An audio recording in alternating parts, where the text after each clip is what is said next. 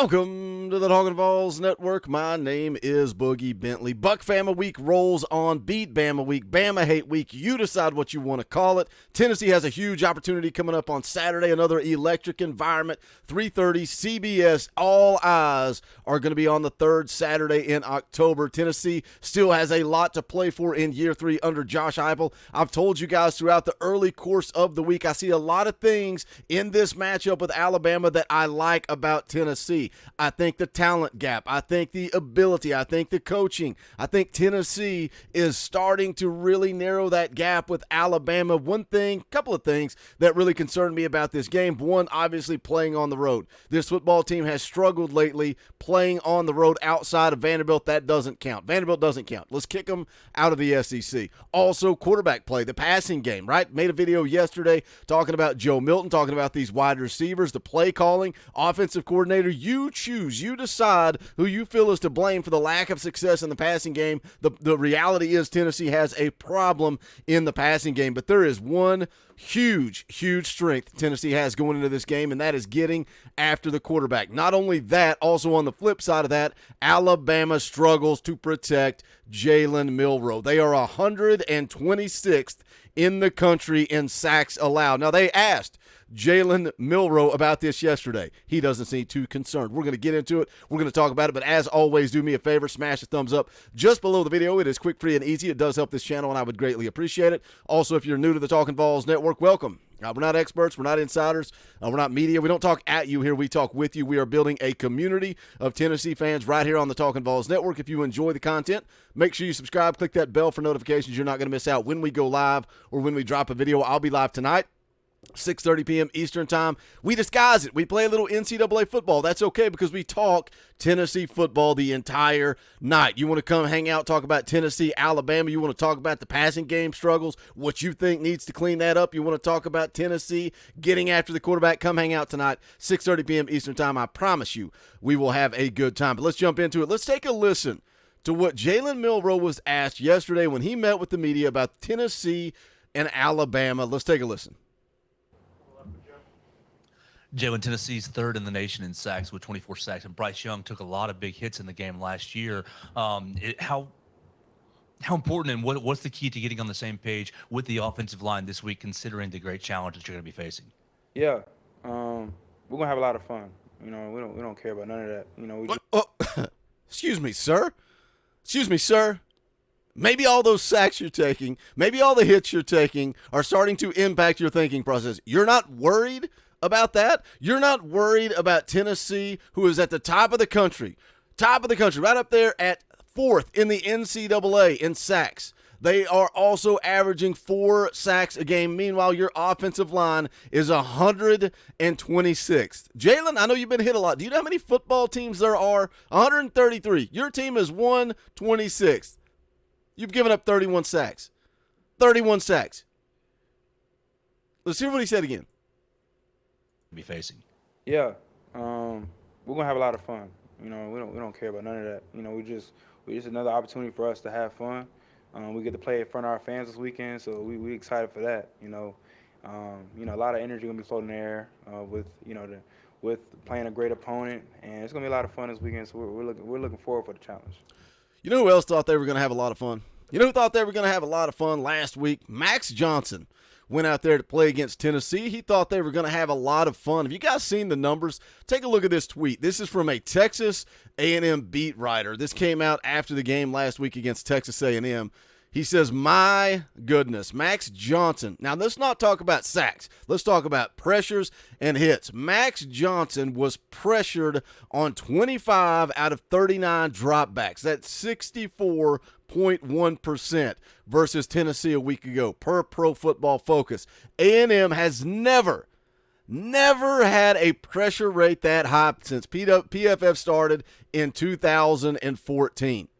Since 2014, A&M has never had that high of a pressure percentage.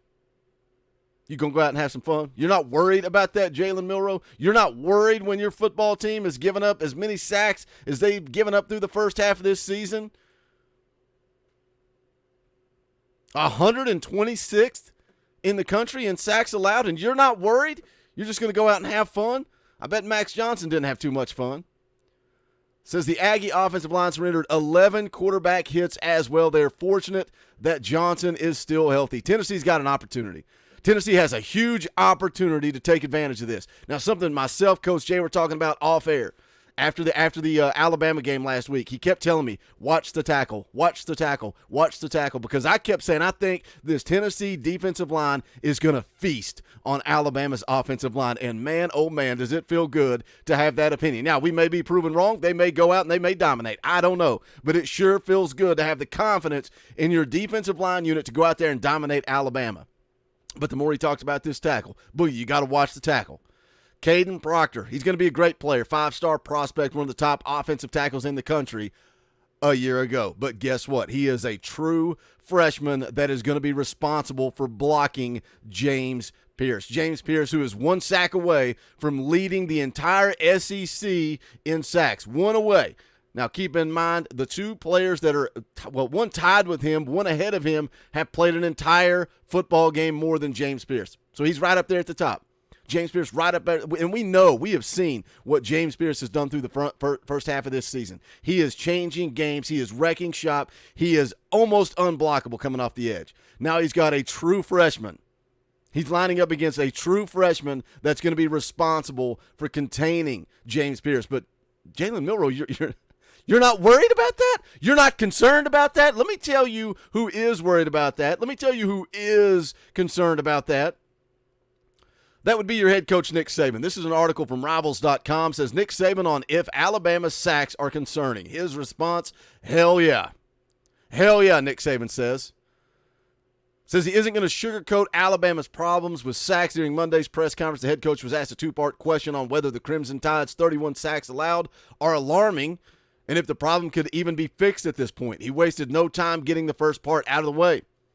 He said to the first part of your question, I would say hell yeah. Of course, everybody laughs. Nick Saban, he's never going to hold back, never going to sugarcoat, always going to say it how it is. Says Alabama's lack of pass protection through 7 weeks has been no laughing matter. They currently rank last in the SEC, 129 out of 133, allowing 4.43 sacks per game.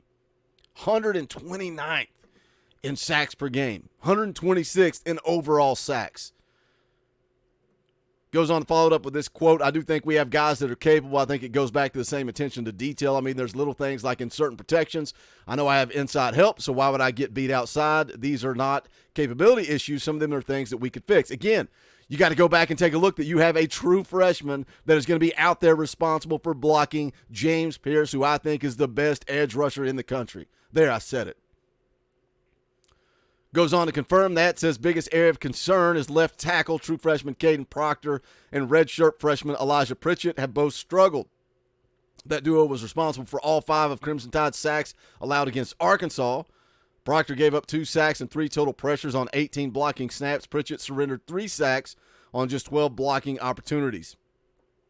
Says, meanwhile, Alabama's most reliable linemen have been on the right. J.C. Latham, who earned SEC Offensive Lineman of the Week honors, he's going to have his hands full as well. I mean, we're talking about James Pierce being right up there at the top of the SEC with 6 sacks. Tyler Barron's right behind him with 5.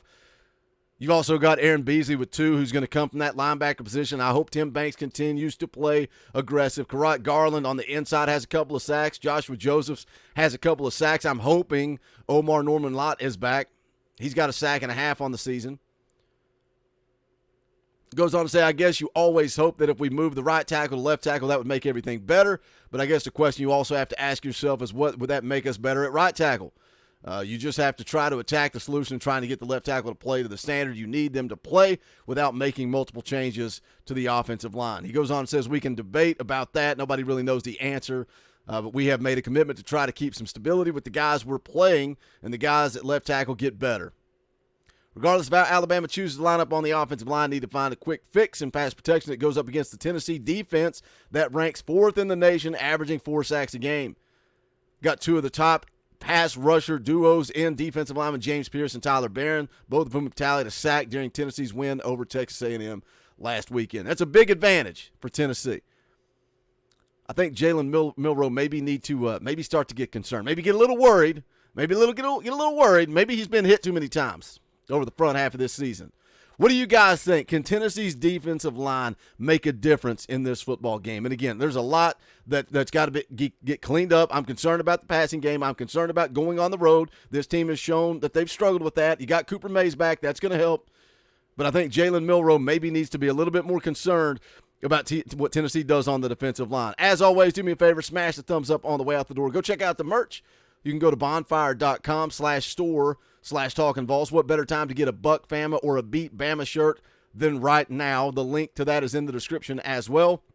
I want to give a special thanks to the members of the channel for giving me the opportunity to do this thing full time. If you watch the videos every day, you watch the live streams, you enjoy the content, you enjoy the community, man, I like Boogie and what he does. You want to support that, hit the join button down below. I ask you, even if you just give $1 a month, it does help what I'm trying to build here. The more you give, you want to be part of the fan call-in show. You get access to custom Talkin VAWLS emojis, all kinds of fun perks and benefits. But if not, just smash the thumbs up because that's quick, free, and easy. Jump into the comment section. Let's talk a little Tennessee football because this is the Talkin VAWLS Network. My name is Boogie Bentley.